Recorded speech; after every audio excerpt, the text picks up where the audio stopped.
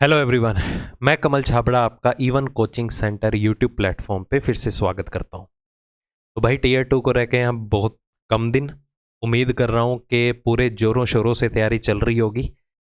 तो उसी आपकी प्रेपरेशन में थोड़ी सी पार्टिसिपेशन मैं चाहता हूँ कि मेरी भी रहे। तो आज फिर से हम डिस्कस करने जा रहे हैं हमारा मेंस लेवल को लेके हमारा रीजनिंग का प्रैक्टिस सेट।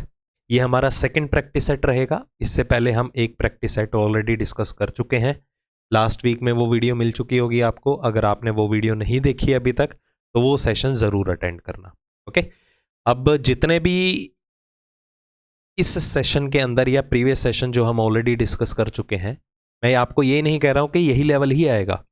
देखो, लेवल किसी को नहीं पता कि पैटर्न किस तरह से क्रिएट हो रीजनिंग का स्पेसिफिकली, क्योंकि फर्स्ट टाइम होने जा रहा है तो वो अनसर्टेन है। तो जितना भी मेरा एक्सपीरियंस है उस एक्सपीरियंस के बिहाफ पे ही मैंने ये पूरे का पूरा प्रैक्टिस सेट डिज़ाइन किया है। कोशिश पूरी की है कि जितने भी सभी चैप्टर से क्वेश्चन क्रिएट हो सकते हैं मॉडरेट टू हाई लेवल के सारे क्वेश्चन मैंने इसमें इंक्लूड किए हैं। तो चांसेस यही है कि अगर आपको लेवल जिस तरह भी देखने को मिले तो आपको लेवल कहीं ना कहीं इसके साथ मिलता जुलता ज़रूर दिखाई देगा हर चैप्टर के पॉइंट ऑफ व्यू से। और एक और बात मैं क्लियर कर दूं कि इसमें जितने भी हम ये प्रैक्टिस सेट कवर कर रहे हैं, चाहे पिछला प्रैक्टिस सेट था चाहे ये वाला प्रैक्टिस सेट है, इसमें mirror image, water image, paper cutting, paper folding मतलब नॉन वर्बल के टॉपिक्स इंक्लूडेड नहीं है। क्योंकि अगर आपने टीयर 1 के लिए प्रिपेयर किया होगा तो वो चैप्टर्स तो पढ़े ही होंगे ऑलरेडी। तो उनमें जो है उन चैप्टर्स का लेवल जो है इतना ज़्यादा हाई नहीं किया जा सकता एग्जाम के अंदर। अगर आपने टीयर 1 के लिए वो टॉपिक प्रिपेयर किए हुए हैं तो टीयर 2 के लिए भी आपको आते ही होंगे। उसके लिए आपको उन टॉपिक्स के ऊपर ज़्यादा फोकस करने की ज़रूरत नहीं है। बाकी चैप्टर्स को ध्यान में रखते हुए उनका डिफ़िकल्टी लेवल कैसे बढ़ाया जा सकता है उस चीज़ को ध्यान में रखते हुए ये प्रैक्टिस सेट मैंने तैयार किए हैं। उम्मीद करता हूँ कि पसंद आए होंगे पिछले वाले। तो उसी के बिहाफ पे आपको ये भी अच्छा ही लगेगा, है ना। अगर पिछला पसंद आया तो ये भी बढ़िया ही लगेगा आपको। तो पेन पेपर के साथ रेडी रहो। जो भी आपके सामने क्वेश्चन रहेगा पहले आप उसे खुद सॉल्व करके देखिएगा, वीडियो को पॉज कर देना, उसके बाद ही वीडियो सॉल्यूशन के ऊपर जाइएगा। ओके, चाहे अगर आप डायरेक्टली वीडियो ही देख रहे हो डायरेक्टली पूरे के पूरे सॉल्यूशंस की, तो उसे डबल स्पीड के साथ देखना, क्योंकि आपके लिए टाइम बहुत कम है। कम टाइम में ज़्यादा से ज़्यादा क्वेश्चन को अटेम्प्ट करने की कोशिश करना। ओके, तो मैं आपका ज़्यादा टाइम वेस्ट नहीं करूंगा, डायरेक्टली मैं सॉल्यूशंस के ऊपर ही आऊँगा। क्वेश्चन जो हमारा पहला है वो है कैलेंडर के ऊपर बेस्ड। ठीक है, जल्दी से सारे के सारे क्वेश्चन को एक बार गो थ्रू कर लेंगे। अटेम्प्ट करने का तरीका भी देखते रहिएगा, क्योंकि इन द एंड वही काम आने वाला है। तो हमें डे ऑफ द वीक निकालना है 22 अप्रैल और 2022 को। तो शॉर्टकट के साथ क्वेश्चन को सॉल्व करेंगे। 22 अप्रैल 2022 को सप्ताह का कौन सा दिन था। तो सबसे पहले हम टारगेट करते हैं क्या, हर एक टर्म को यूज करते हुए ऑड डेज को फिगर आउट करते हैं। तो सबसे पहले डेट को टारगेट करें कि तो 22 दिन में नंबर ऑफ ऑड डेज, विषम दिनों की संख्या 1 रही। अप्रैल महीने के लिए कोड क्या होगा, जैसे कि हमारे पास कोड क्या होता है 733614625735। तो अप्रैल जो है वो फोर्थ मंथ है पूरे साल का, तो फोर्थ मंथ है तो फोर्थ कोड क्या है यहाँ पर 6। तो अप्रैल के लिए कोड यहाँ पर क्या उतर के आया 6। 2022 को अगर मैं स्प्लिट करूं तो मैं इसे लिख सकता हूं 2000 प्लस 22। 2000 सालों में विषम दिनों की संख्या कितनी होती है 0। अब 22 सालों की अगर हम बात करें तो 22 सालों में 22 ऑड डेज तो होंगे ही होंगे, प्लस 5 लीप वर्षों की वजह से आ जाएंगे। ओके, तो ये प्रोसीजर तो देखो आपको पता ही होना चाहिए, चाहे आप कोई भी मेथड फॉलो क्यों ना करें, आपको इस प्रोसीजर से तो गुजरना पड़ेगा ही पड़ेगा। चलो यहां पर ऑड डेज निकालें तो 22 का मतलब कितना हो गया, एक odd day, 5 as it is आ जाएंगे, तो कंबाइनली मिलके कितने हो गए 6। तो 6 और 1 7, फाइनल आंसर कितना आ गया हमारे पास 6। ओके, तो चलिए हर ऑड डे के ऊपर हमारा एक जो है वो डे डिसाइड होता है। अगर यहां रिमाइंडर 1 आ जाता तो हमारा आंसर क्या होता संडे, 2 आता तो आंसर क्या होता मंडे। अब इसी तरह हमारे पास आंसर 6 आया तो 6 के लिए हमारे पास डे क्या होगा फ्राइडे। तो आंसर इज ए ऑप्शन। तो डिटेल में मैं आपको एक्सप्लेन कर रहा हूं पूरे का पूरा सॉल्यूशन, तो थोड़ा टाइम टेकिंग तो रहेगा, बट आपको जल्दी से जल्दी कोशिश करनी है क्वेश्चन को सॉल्व करने की। यहाँ मैं चीज़ें एलेबोरेट भी कर रहा हूँ तो थोड़ा टाइम टेकिंग ज़रूर रहेगा, बट एग्जाम में आपको नहीं लगना चाहिए। ओके, चलो नेक्स्ट। अल्फाबेट से रिलेटेड है क्वेश्चन हमारे पास। ये कहता if it is possible to make a meaningful word, word formation का केस है, using third, fourth, sixth and 12th letters of the word break through, which of the following is the second letter of that word. कहता आपको एक word available है break through, इस break through word के अंदर किस किस को यूज करना है आपको, थर्ड, फोर्थ, सिक्स्थ और 12th। तो सबसे पहले पकड़ लेते हैं थर्ड, फोर्थ, सिक्स्थ और 12th लेटर है कौन सा। थर्ड कौन सा हो गया ई, फोर्थ हो गया ए, सिक्स्थ कौन सा हो गया टी, और 12th लेटर कौन सा हो जाएगा हमारे पास यहाँ पर एच। ठीक है, तो कौन कौन से लेटर्स आए, ई, ए, टी और एच।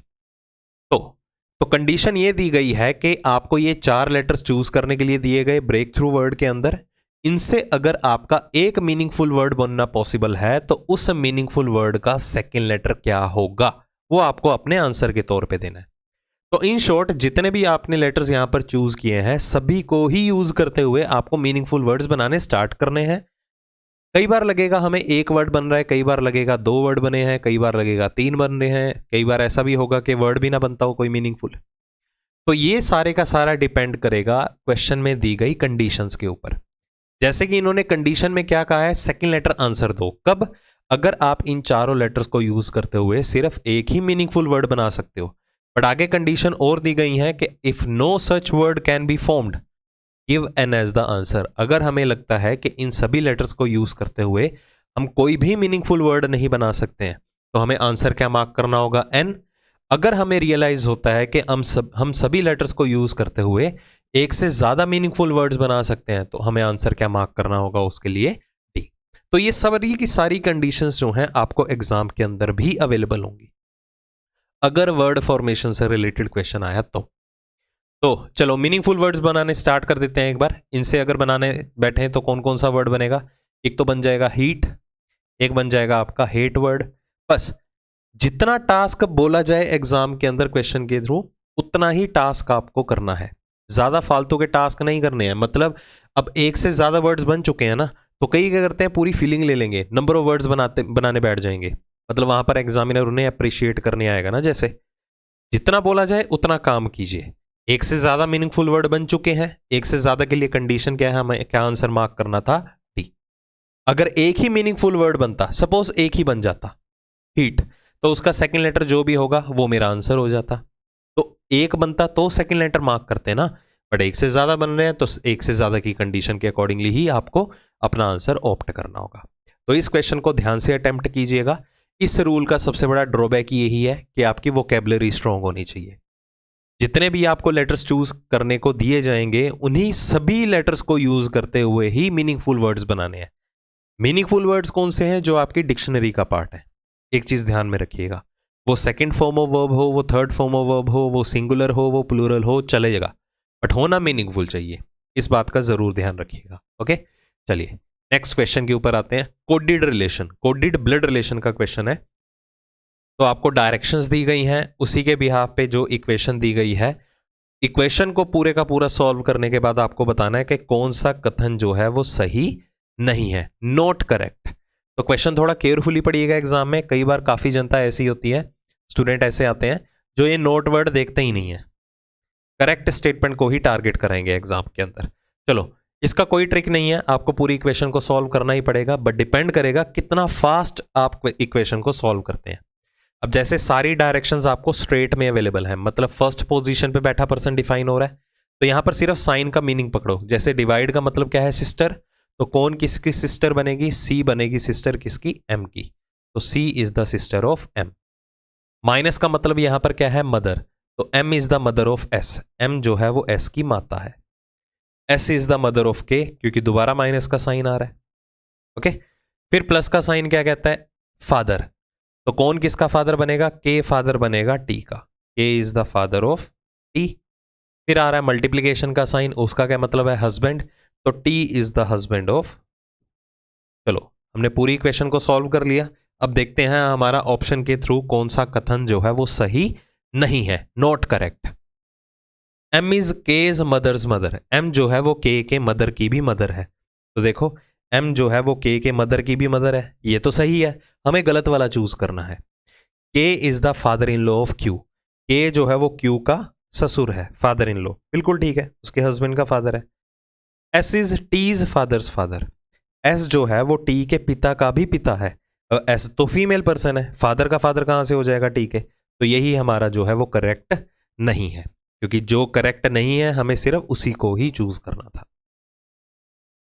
चलो कोडिंग डिकोडिंग का क्वेश्चन है जिसमें कि आपको ऑप्शंस का कोड अवेलेबल है। क्या कोड दिया गया है? ओ के जी आई ओ एम एच। चलिए, तो हमारी अप्रोच क्या रहती है क्वेश्चन को सॉल्व करने की? जितने भी वर्ड के कोड में दिए हुए लेटर्स हैं उन्हें आइडेंटिफाई करो कि वो सेम लेटर्स ही यूज हुए हैं या टोटली डिफरेंट है।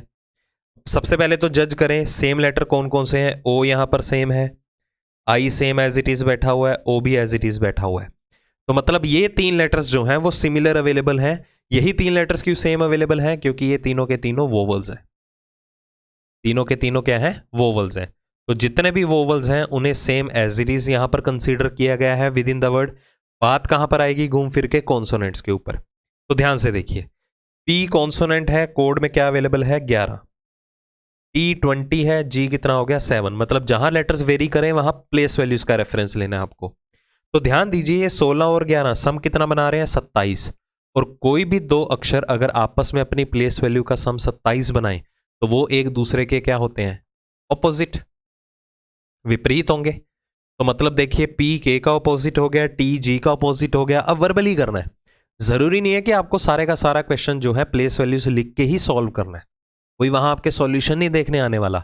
जितना हो सके लॉजिक को कैच करो और जिसके बारे में पूछा गया है उसका डिटरमिन करो कोड क्या आने वाला है। एन एम का अपोजिट है, एस एच का अपोजिट है, मतलब वोवल को सेम एज इट इज रखा गया और जितने भी कॉन्सोनेंट्स हैं उनको उनके विपरीत अक्षर के साथ, ऑपोजिट लेटर के साथ रिप्लेस कर दिया गया।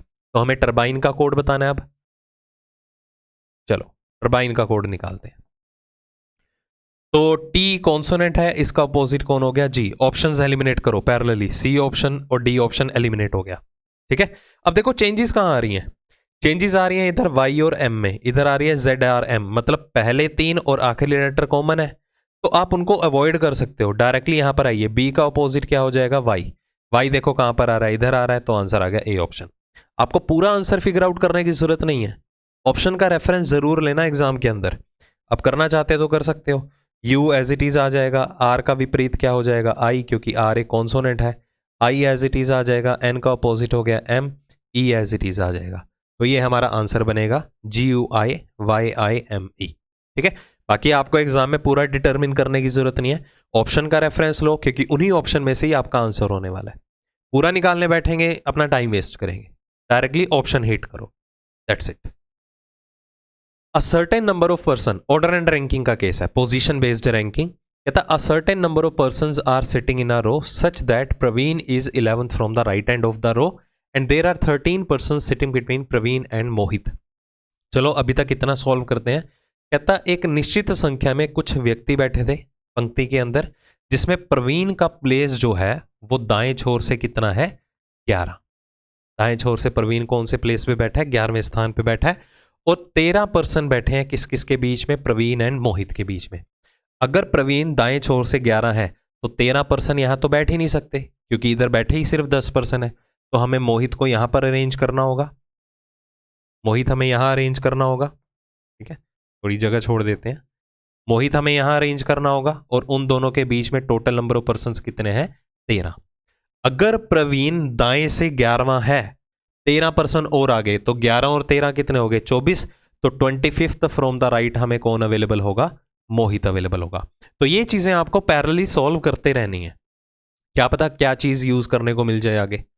आगे देखिए, कहता है Shubham is exactly between Mohit and Praveen. Shubham जो है वो मोहित और प्रवीण के बिल्कुल एग्जैक्टली मिडल में बैठा हुआ है। ठीक है, और प्रवीण के बारे में क्या है? Praveen who is 17th from the left end of the row, और प्रवीण की पोजीशन हमें दे दी गई कि वो 17वां लेफ्ट भी अवेलेबल है, 17th फ्रॉम द लेफ्ट भी दिया गया है प्रवीण की position, who is 17th from the left. How many persons are there in the row? ये हु नहीं होना चाहिए, क्योंकि अकॉर्डिंगली देखा जाए तो नंबर ऑफ पर्सन्स कम है। इधर एंड होना चाहिए, ये हु नहीं होना चाहिए। ये मैं आपको करेक्शन करके दे दूंगा, पीडीएफ जो भी आपको अवेलेबल होगी। यहाँ पर एंड आएगा। एंड मतलब शुभम से ही कनेक्टेड होता है। मतलब काफ़ी क्वेश्चन आप भी ऐसे देखेंगे, रेयर सिचुएशन में ऐसे होगा कि मोहित और प्रवीण के बारे में कुछ डाटा अवेलेबल होगा, क्योंकि वो तो दिया जा चुका है। तो यहाँ पर एंड टर्म होनी चाहिए, हु टर्म नहीं होनी चाहिए। आपको पीडीएफ जो भी मिलेगी उसमें आपको करेक्शन भी मिलेगी, टेंशन मत लेना, ठीक है। तो यहाँ शुभम के बारे में इंफॉर्मेशन है कि शुभम जो है वो मोहित और प्रवीण के एग्जैक्टली मिडल में तो है, ठीक है। मोहित और प्रवीण के एग्जैक्टली मिडल में तो है। तो ये 13% मैं हटा दूं, इसकी तो क्लियरिटी हो चुकी होगी।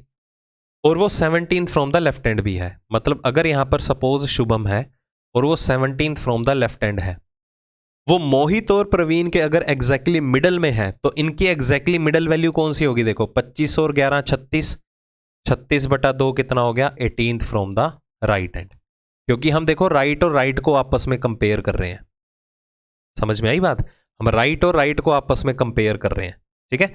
चलो अगर ये 18th राइट है, ये 17th लेफ्ट भी है, लेफ्ट भी अवेलेबल है, शुभम की पोजीशन राइट से भी अवेलेबल है, दोनों का सम कितना हो गया? 35 -1 कर देंगे तो टोटल कितना आ जाएगा? 34, ठीक है। तो टोटल पंक्ति में टोटल नंबर ऑफ पर्संस कितने हैं? 34। तो ये वैल्यूज का कंपैरिजन थोड़ा केयरफुली अटेम्प्ट कीजिएगा। 17th लेफ्ट तो गिवन था, मैं एक बार फिर क्लियर कर देता हूं। ये 18 राइट कैसे आया? क्योंकि शुभम जो है वो मोहित और प्रवीण के एग्जैक्टली मिडल में बैठा हुआ है। अब दोनों के एग्जैक्टली मिडल वैल्यू भी हम तभी निकाल पाए हैं अगर डायरेक्शन सेम है। अगर ये राइट अवेलेबल है, ये भी राइट से अवेलेबल है, तो ही इनकी एग्जैक्टली मिडल वैल्यू निकल पाई है। अगर एक का प्लेस लेफ्ट से होता, दूसरे का राइट से गिवन होता, तो हम डायरेक्टली मिडल वैल्यू ना निकाल पाते। इस चीज का थोड़ा ध्यान रखिएगा, डायरेक्शन सेम होना जरूरी है जब भी आप मिडल वैल्यू निकालने जाएंगे तो। ओके, चलो नेक्स्ट के ऊपर आते हैं। Data Venn diagram. Data Venn diagram बहुत इजी है, कुछ भी नहीं है, सिर्फ डाटा जो भी अवेलेबल होगा उसे फिगर आउट करना है। जैसे आपको दिया गया है स्क्वेयर स्टैंड्स फॉर डॉक्टर, वर्ग जो है वो डॉक्टर्स को रिप्रेजेंट करता है, सर्कल जो है वो रिप्रेजेंट करता है ब्लड डोनेटर्स को, और उसके बाद जो पेंटागन है, पंचभुज है, वो रिप्रेजेंट करता है विमेन को, ठीक है, महिलाओं को। तो हमें बताना क्या है कि how many women doctors are blood donators. Women doctors are blood donators, मतलब जो जो आपको टर्म्स दी गई थी यहां पर इस प्रॉपर पूरे के पूरे वेन डायग्राम के अंदर सभी की ही डिमांड की जा रही है। मतलब यहां पर आपको विमेन भी बतानी है, ऐसी विमेन बतानी है जो डॉक्टर्स भी हैं और वो ब्लड डोनेट भी करती हों, ब्लड डोनेटर्स भी हों। मतलब आपको पेंटागन की भी डिमांड हुई है, सर्कल की भी हुई है और स्क्वायर की भी हुई है। तो तीनों का ही कॉमन पोर्शन यहां पर कौन सा एग्जिस्ट कर रहा है? नंबर 50। तो आंसर कितना आ जाएगा यहां पर? ऑप्शन डी, ठीक है। क्योंकि यही नंबर 50 जो है वो पेंटागन का भी पार्ट है, सर्कल का भी पार्ट है और स्क्वायर का भी पार्ट है। ओके, तो रीजन्स मैटर करेंगे, बस आपको रीजन्स का ध्यान रखना है, कौन सा डाटा जो है वो किस रीजन को रिप्रेजेंट करता है। होगा बहुत आसान डाटा वेन डायग्राम का question. Next, sitting arrangement. 8 person आपको दिए गए हैं, उत्तर दिशा की तरफ फेस करके बैठे हैं, और सिटिंग अरेंजमेंट चांसेस पूरे पूरे आने के। ओके, और थोड़ा लेवल बढ़ के भी आ सकता है, शिफ्ट टू शिफ्ट, तो थोड़ा केयरफुली अटेम्प्ट कीजिएगा और प्रैक्टिस ज्यादा से ज्यादा करके जाना। लिखा हुआ है Q sits to the immediate right of P। Q जो है वो P के तत्काल दाईं ओर है। तो हम रैंडमली बिठा देंगे अभी के लिए, क्योंकि हमें नहीं पता कि फिक्स्ड पोजीशन में 8 पर्सन हम कैसे अरेंज करें। ओके, चलो आगे क्या लिखा हुआ है? P के बारे में इंफॉर्मेशन क्या है? Who is at one of the extreme ends of the line. मतलब P के बारे में इंफॉर्मेशन है कि वो चरम छोर पर भी बैठा हुआ है। अब चरम छोर दायां छोर होगा या बायां छोर होगा, एक्सट्रीम लेफ्ट होगा या एक्सट्रीम राइट, नहीं पता ना। तो हम इस चीज का रेफरेंस अगर लें कि P के तत्काल दाईं ओर Q अवेलेबल है, तो P एक्सट्रीम राइट एंड पे तो आएगा ही नहीं, तो हम वो कहां पर अवेलेबल होगा? एक्सट्रीम लेफ्ट एंड पे। यहां पर P आया और उसके तत्काल दाईं ओर पे यहां पर कौन अवेलेबल होगा? Q। बाकी 6 पर्सन यहां आ जाएंगे, क्योंकि जब तक आपको एक्सट्रीम एंड से रिलेटेड कोई भी पोजीशंस अवेलेबल ना हो तब तक नंबर ऑफ पर्संस कितने भी हों अरेंज मत करना। फिक्स्ड पोजीशन में जब भी एक्सट्रीम पोजीशंस पे आपको सीट्स की कंफर्मेशन हो जाएगी तो ही आप सारे के सारे पर्संस अरेंज कीजिएगा लीनियर अरेंजमेंट में। सर्कुलर में या स्क्वायर टेबल में तो आप सारे के सारे पर्सन बिठा सकते हो, लीनियर में कभी मत बिठाना। ओके, चलो इतना ही हो गया हमारा। आगे क्या लिखा हुआ है? Q sits third to the left of T। Q जो है वो T के बाईं ओर तीसरे स्थान पे है। अगर Q T के बाईं ओर बैठा है तो T Q के दाईं ओर बैठा हुआ है, क्योंकि सभी की डायरेक्शन सेम है। कितने? तीसरे स्थान पे। ठीक है, तो आपको रिवर्स में भी ऐसे स्विच करना है। ठीक है, क्वेश्चन को आसान बनाने के लिए। There are two persons between W and T। W और T के बीच में 2 का गैप है, तो 2 का गैप इधर W नहीं आ सकता, W यहां पर होगा। उसके बाद देखिए क्या है, U is an immediate neighbour of S। U जो है वो S का तत्काल पड़ोसी है, तो U और S यहां भी आ सकते हैं, U और S यहां भी आ सकते हैं। तो इसे होल्ड पे रख देते हैं। U और S जो है वो तत्काल पड़ोसी हैं, इमीडिएट नेबर हैं, and sits to the immediate left of V। अब एंड आया तो किसकी बात हो रही है? U की। जब भी स्टेटमेंट के अंदर एंड या बट दोनों में से कोई भी टर्म यूज हो, तो इन दैट केस जो भी उस स्टेटमेंट का फर्स्ट पॉइंट या फर्स्ट पर्सन होगा, हमेशा उसी की बात होती। अब जैसे स्टेटमेंट में हु या विच आ जाता है, जैसे यहां पर देखो हु या विच अवेलेबल हो, तो उस हु और विच के बिल्कुल साथ में जो बैठा पर्सन होगा या पॉइंट होगा, हमेशा उसकी बात होगी। ठीक है, तो यहां पर किसकी बात हो रही है? यू की, कि U sits to the immediate left of V. U जो है वो की वी के कहां पर बैठा हुआ है? तत्काल बाईं ओर भी बैठा हुआ है। तो वी के तत्काल बाईं ओर हमें कौन चाहिए? यू भी अवेलेबल चाहिए। And you is not an immediate neighbour, ये तत्काल पड़ोसी नहीं है। मैं थोड़ा गलत पढ़ गया था। यू जो है वो एस का तत्काल पड़ोसी नहीं है। ठीक है, चलो वी का इमीडिएट लेफ्ट यू यहां पर भी आ सकता है और यहां भी आ सकता है। नेक्स्ट देखिए क्या है, there are 3 persons between V and R. V और आर के बीच में 3 व्यक्ति बैठे हैं। तो ध्यान से सुनिए, अगर V और R के बीच में 3 व्यक्ति बैठे भी हैं, तो हम V और R के लिए ये 2 पोजीशन फिक्स कर सकते हैं, क्योंकि यही 2 पोजीशंस हैं जो V और R के बीच में 3 पोजीशंस आपको डिफाइन करके दे रही हैं। तो V यहां पर होगा तो R यहां आ जाएगा, V यहां होगा तो R यहां आ जाएगा। बट V को हम यहां नहीं एज्यूम कर सकते। क्यों? क्योंकि V के तत्काल बाईं ओर हमें U भी तो अवेलेबल होना चाहिए। तो V हमें यहां लेना होगा, V R यहां पर आ जाएगा, तभी इन दोनों के बीच में नंबर ऑफ पर्सन्स कितने आएंगे? 3। अब V के तत्काल बाईं ओर क्या है? U। यहां पर कौन आ जाएगा? S। तो इस इंफॉर्मेशन की आपको वैसे जरूरत ही नहीं थी, फालतू में सुपरफ्लोस कंडीशन अवेलेबल है। तो क्वेश्चन में देखो बोला क्या गया है, who are sitting between Q and T। Q और T के बीच में कौन कौन बैठा हुआ है? R and S।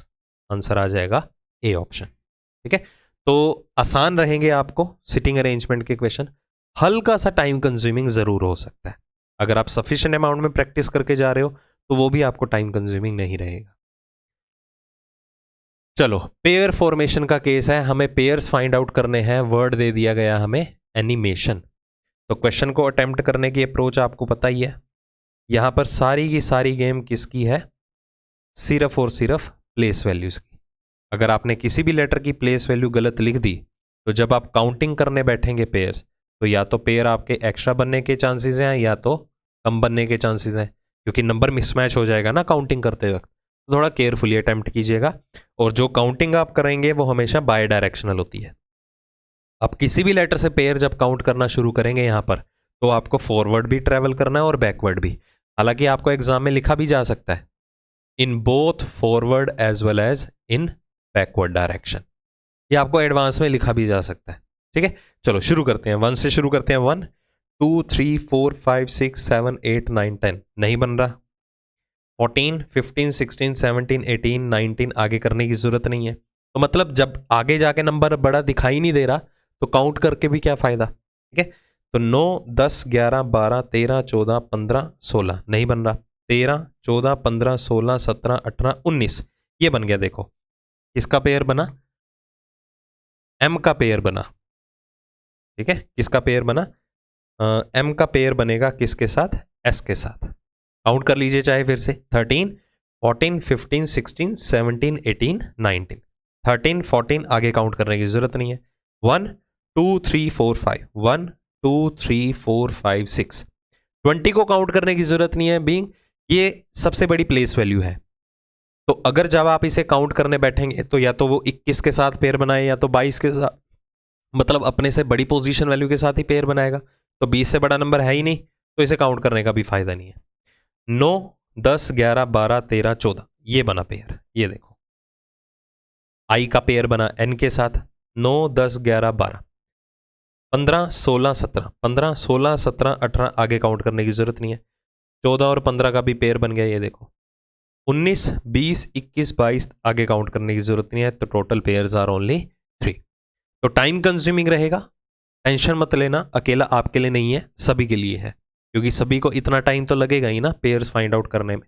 अगर आपको लगे कि आपके लिए ज़्यादा टाइम टेकिंग है ये क्वेश्चन, तो आप इसे सेकंड राउंड में अटेम्प्ट कर सकते हो, फर्स्ट राउंड में स्किप करके चलो, कोई दिक्कत वाली बात नहीं है, बट अटेम्प्ट ज़रूर करना, फ्री के नंबर बनेंगे। ठीक है, काउंटिंग ध्यान से कीजिएगा, ये नहीं है कि आपने नंबरिंग गलत लिख दी तो काउंट करने में भी आपको दिक्कत आए, फिर 3 नंबर गए, भूल जाओ फिर। चलो सीरीज का क्वेश्चन है, तो सीरीज है हमारे पास 4, 6, 16, 42, क्वेश्चन मार्क 174। डिफरेंस सही कर ले, तो 4 और 6 में कितने का डिफरेंस हुआ? 2 का। 6 से 16 में 10 नंबर बढ़े, 16 से 42 में कितने नंबर बढ़े यहाँ पर? 26। आगे के डिफरेंसेस हमें पता नहीं है। चलो अब क्या करें फिर, डिफरेंस ऑफ डिफरेंस मेंटेन कर दें। बट आगे बढ़ने से पहले अगर हम बेसिक कैलकुलेशंस करके चलें, बेसिक कैलकुलेशंस मतलब मुझे यहाँ से 26 से कुछ रियलाइज हो रहा है, ये 5 का स्क्वायर प्लस 1 है। ठीक है, 5 का वर्ग में 1 जोड़ दो तो 26 आता है। तो ये देखो, ये 3 का स्क्वायर प्लस 1 है, तो ये क्या है? ये 1 का स्क्वायर प्लस 1 है। मतलब विषम संख्याएं या ऑड नंबर्स का, कंसेक्यूटिव ऑड नंबर्स का स्क्वायर लेके उसमें एक एक जोड़ दिया गया है, वो डिफरेंस क्रिएट हो रहा है। तो ये क्या आ जाएगा? ये 7 का स्क्वायर प्लस 1 आ जाएगा। हिट एंड ट्राई लगाना पड़ेगा क्योंकि इन बिटवीन वैल्यू निकालने जा रहे हैं। 7 का स्क्वायर प्लस 1 कितना आ गया? 50। तो 50 प्लस 42 कितना हो गया? 92। आपको ऑप्शन में भी अवेलेबल था। वेरीफाई करना चाहते तो कर सकते, तो ये 9 का स्क्वायर प्लस 1 होना चाहिए। 9 का स्क्वायर 81 प्लस 1 कितना हो गया? 82। तो जब आप 92 में 82 जोड़ेंगे तो 174 ही आएगा। ठीक है, तो बेसिक कैलकुलेशंस के ऊपर जरूर होल्ड बना के चलिएगा, like prime numbers, squares and cubes. आपको डायरेक्टली नहीं अवेलेबल होंगे, इनडायरेक्ट वे में अवेलेबल होंगे, जैसे कि ये सीक्वेंस गिवन था। अब डिफरेंस ऑफ डिफरेंस मेंटेन करके भी कर सकते थे, वहां से भी क्वेश्चन सॉल्व हो सकता था। मतलब एक ही सिंगल क्वेश्चन को मल्टीपल वे से सॉल्व किया जा सकता है, डिपेंड करता है आपकी कैलकुलेशंस कितनी ज्यादा स्ट्रॉन्ग है। चलो काउंटिंग ऑफ फिगर का क्वेश्चन है, कॉन्फिडेंट होके इसे अटेम्प्ट करना है। एक बार पूरी की पूरी चैप्टर की कंफर्मेशन होने के बावजूद, सारे कंसेप्ट क्लियर होने के बावजूद भी बच्चों को डाउट आता है कि भाई इसमें कॉन्फिडेंस नहीं बन पाता। चाहे भाई आप 1000 क्वेश्चन कर लो, फिर भी आप कहीं ना कहीं डाउट में रहोगे ही रहोगे एग्जाम में जाके, क्योंकि चैप्टर ही ऐसा है। तो इसमें क्या है, आपको जब भी कोई भी कंपोनेंट फाइंड आउट करना हो, चाहे वो स्क्वायर की फॉर्म में हो, चाहे ट्रायंगल की फॉर्म में हो, व्हाटएवर, ऑप्शन का रेफरेंस पैरेलली जरूर लेके चलिएगा। तो चलो पहले तो एंटिटीज को विजुअलाइज करते हैं। अब अगर इस पूरी की पूरी फिगर में देखें, इस एंटिटी का तो आपको आइडिया होगा ही, बहुत बार कर रखी होगी आपने ये एंटिटी। तो इस एंटिटी में हमारे पास टोटल नंबर ऑफ ट्रायंगल्स कितनी होती हैं? 12। कैसे? 1 2 3 4 5 6। 6 का डबल कर देते हैं। डबल क्यों करते हैं? क्योंकि नंबर ऑफ डायगोनल्स हमारे पास 2 हैं। ठीक है, चलो तो इन एंटिटीज को अगर हम विजुअलाइज करें, तो एक एंटिटी, सिमिलर एंटिटी एक यहां पर अवेलेबल है, ये देखो, एक सिमिलर एंटिटी यहां पर आपको दिखाई दे रही है, आइडेंटिकल है। यही सिमिलर एंटिटी आपको यहां पर भी दिखाई दे रही है, रोटेट होके बैठी है। तो 12 इधर है, 12 इधर है, 12 इधर है, तो 36 तो यही हो गए। ऑप्शन एलिमिनेट करना शुरू कर दो, ऑप्शन का जरूर रेफरेंस लो। ठीक है, अभी तो हमने इंडिविजुअली टारगेट किया, अब जब दो फिगर्स को मर्ज करना शुरू करेंगे तो 2 ट्रायंगल्स आपको बड़े वाले ये भी दिखाई दे रही है। ठीक है, तो 2 ये बन गई, तो आंसर आ गया 38। आपको ज्यादा जाने की जरूरत नहीं है डिटेल में, भाई और तो नहीं बनती हैं। वो तब सोचो अगर आपको ऑप्शंस ना अवेलेबल हो, जब ऑप्शंस ही अवेलेबल हैं तो ऑप्शन का रेफरेंस लो, रिमेनिंग ऑप्शंस को एलिमिनेट करना शुरू कर दो। ठीक है, क्योंकि अल्टीमेटली गिवन ऑप्शन में से ही आपका आंसर होने वाला है। उम्मीद कर रहा हूं एक्सप्लेनेशन आपको क्लियरली समझ में आ रही होगी। तो इसी तरह अगर आप टीयर 2 के लिए प्रिपेयर कर रहे हो, CHSL का भी एग्जाम आगे जाके देंगे, या 2023 के एग्जाम के लिए प्रिपेयर कर रहे हो, तो आप इवन कोचिंग सेंटर की ऐप डाउनलोड कीजिए। ठीक है, कोर्सेज के लिए इनरोल कर सकते हो। अगर आपको हमारे पढ़ाने का तरीका अच्छा लगा है तो ज़रूर ज्वाइन कीजिए, मैं आपको सजेस्ट करूँगा आप कोर्सेज के लिए इनरोल कीजिए। और अगर आप एग्ज़ाम की तैयारी इस साल को ही टारगेट करके चल रहे हैं, तो अपने नियर एंड डियर वंस जो भी आपके फ्रेंड सर्कल में हैं, अगर आपको जेन्युइनली लगता है कि हमारे पढ़ाने का तरीका ठीक है, समझ में आता है, बढ़िया है तो बाकी को भी ज़रूर रिकमेंड कीजिएगा। ठीक है, ज़रूरी नहीं है कि आप पेड कोर्सेज के लिए इनरोल कीजिए, बहुत सारा फ्री कंटेंट भी है जो आपको ऐप पे अवेलेबल हो जाएगा। फ्री में आप free of cost mock test भी दे सकते हैं, बहुत सी चीज़ें हैं। जो ये फ्री वीडियोस का टैब है, यहाँ पर जाके आपको बहुत से सेशंस आपको मिल जाएंगे। चाहे इस सेशन की भी अगर मैं बात करूँ, इसकी आपको पीडीएफ भी मिल जाएंगी। यूट्यूब पे जितनी भी सेशंस हमारे होते हैं, यूट्यूब पीडीएफ का जो नाम का फोल्डर है, यहाँ पर आपको सारी की सारी पीडीएफ्स भी प्रोवाइड हो जाएंगी। ठीक है, तो ये सारे का सारा कंटेंट तो है ही है फ्री ऑफ कॉस्ट, इनका एक्सेस आप ले सकते हो। अगर आप अफोर्ड कर सकते हो तो मैं सजेस्ट करूँगा पेड कोर्सेज की तरफ ज़रूर जाइए। ऑफ़र भी चल रहा है अभी तक तो। ठीक है, बाकी जो भी हमसे ऑलरेडी पढ़ रहे हैं टीयर 1 के लिए, टीयर 2 के लिए, ओवरऑल चाहे किसी भी सब्जेक्ट के लिए हो, तो प्लीज़ कमेंट करके बाकियों की हेल्प ज़रूर कर देना। ठीक है, चलिए, तो ये तो कोर्सेज के बारे में था। शुरू करते हैं हम अपने अगले क्वेश्चन के साथ। स्क्रीन ब्लैक कर देता हूँ मैं, उसमें ज़्यादा मज़ा आता है पढ़ने में। चलो नेक्स्ट क्वेश्चन के ऊपर आते हैं। हाँ भाई, ऐसे क्वेश्चंस को थोड़ा ध्यान से अटेम्प्ट करना, ये कहीं ना कहीं आपको एग्जाम में पक्का देखने को मिल सकता है। मतलब आज नहीं तो आने वाले टाइम में ये पैटर्न तो पक्का पकड़ में आएगा। कोडिंग डिकोडिंग का न्यू पैटर्न जो है वो बैंकिंग में आता है, तो धीरे धीरे वो एसएससी पैटर्न भी फॉलो कर रहा है। ओके, अब यहां पर देखिए क्या है, ग्रुप ऑफ वर्ड्स के हमने क्वेश्चन देखे होंगे जहां पर हम कॉमन वर्ड्स का कोड कॉमन फिगर आउट कर लेते हैं, जैसे कि आप चाइनीज कोडिंग कहते हो। बट यहां पर देखिए, जब हम कोड आइडेंटिफाई करने बैठेंगे तो super string park avail prelim, और यहां वर्ड अवेलेबल है सीरियल, रिवॉल्विंग, क्रूक और न्यूज रूम। क्या कुछ भी कॉमन है? और जो वर्ड का कोड पूछा गया है वो भी डिफरेंट है, वो भी कॉमन नहीं है, गिवन सेट का पार्ट है ही नहीं। तो आपको यहां पर कोड्स को आइडेंटिफाई करना पड़ेगा कि हर वर्ड का कोड किस तरह से क्रिएट किया जा रहा है, किस तरह से नंबर क्रिएट हो रहा है, किस तरह से लेटर क्रिएट हो रहा है। तो आपको एक रफली आइडिया दे रहा हूं, आने वाले सेशंस के लिए भी आप अटेंटिव होकर रहिएगा। हमेशा आपको नंबर्स को टारगेट करना है, वर्ड में दिए गए या लेटर को टारगेट करना है। अकॉर्डिंगली इधर उधर आपस में शफल होते रहेंगे, तो वो सारे के सारे डिपेंड करते हैं वर्ड में दिए गए नंबर ऑफ लेटर्स के बिहाफ पे, उनकी प्लेस वैल्यूज के बिहाफ पे। आप पहले लेटर का प्लेस वैल्यू यूज कर सकते हो, लास्ट लेटर का प्लेस वैल्यू यूज कर सकते हो, कुछ भी कर सकते हो। जैसे कि अगर हम यहां पर आइडेंटिफाई करें, क्वेश्चन को करके दिखाऊंगा तो ज्यादा क्लियरिटी आएगी। यहां पर हमारे पास नंबर्स देखो कौन कौन से यूज हो रहे हैं, 22, 8, 10 और 12। यहां पर भी नंबर क्या यूज हो रहे हैं, 10, 16, 12 और 10। तो क्लियरिटी क्या मिल रही होगी, सारे के सारे इवन नंबर्स हैं, सम संख्याएं हैं। कॉमन चीज तो मिल रही है ना, बस आपको सम संख्या पकड़नी है कैसे आ रही है। और लेटर की अगर बात करें, अगर लेटर देखना चाहें तो लेटर देख सकते हैं, टी, क्यू, बी और क्यू। ठीक है, दो हमारे पास क्यू अवेलेबल है, दो, एक टी अवेलेबल है, एक बी अवेलेबल है। अगर यहां पर दो क्यू अवेलेबल है तो हम जज कर सकते हैं यार क्यू दो आए हैं, तो यहां पर दो चीजें कॉमन और भी होनी चाहिए। तो ये चारों वर्ड्स को अगर हम टारगेट करें, दो कॉमन चीजें कौन सी हैं, ये देखो, एक पार्क और प्रीलिम वर्ड की अगर हम बात करें तो यहां पर दो वर्ड ऐसे हैं जो सेम लेटर से स्टार्ट हो रहे हैं। ये देखो, सेम लेटर से स्टार्ट हो रहा है, पी और पी। बदले में कोड भी आपको क्या क्या अवेलेबल है, क्यू और क्यू। तो कैसे क्रिएट किया जा सकता है, तो हमें यहां पर किसी भी वर्ड का जो भी कोड जनरेट हो रहा है, इसकी तो क्लियरिटी मिल रही है कि जो लेटर है, जो लेटर है वो वर्ड के फर्स्ट लेटर में 1 का इंक्रीमेंट करके आ रहा है। वर्ड के फर्स्ट लेटर में 1 का इंक्रीमेंट करके आ रहा है। जैसे कि देखो, एस है, एस का अगला लेटर क्या होना चाहिए, टी, तो आपको टी भी अवेलेबल है। यहां ए है तो ए का अगला लेटर क्या है, बी, तो आपको बी भी अवेलेबल है। तो यहां से हमें डायरेक्टली पता चल रहा है कि पार्क का कोड क्या होने वाला है, अवेल का कोड क्या होने वाला है, सुपर स्ट्रिंग का कोड क्या होने वाला है। यहां से हमें क्रूक का भी कोड पता चल गया। सी का अगला लेटर क्या होता है, डी, तो डी वाला देखो क्या है, बट डी वाले यहां पर दो हैं तो अवॉइड कर दो। और देख लीजिए, आर का अगला लेटर क्या होता है, एस, तो आर और एस यहां से रिजेंबलेंस हो रही है। ठीक है, तो यहां से हमें डायरेक्टली हिंट मिल रहा है कि किस तरह से कोड क्रिएट किया जा रहा है। ओके, चलो अब हम बात करेंगे कि बन कैसे रहा है। अब जैसे मैं अवेल का कोड यहां से पिक करूं, तो अवेल का कोड यहां पर क्या है हमारे पास, 12Q, सॉरी, N और B, 12Q नहीं है, क्या क्या है, 10 और B। ये कैसे बना है?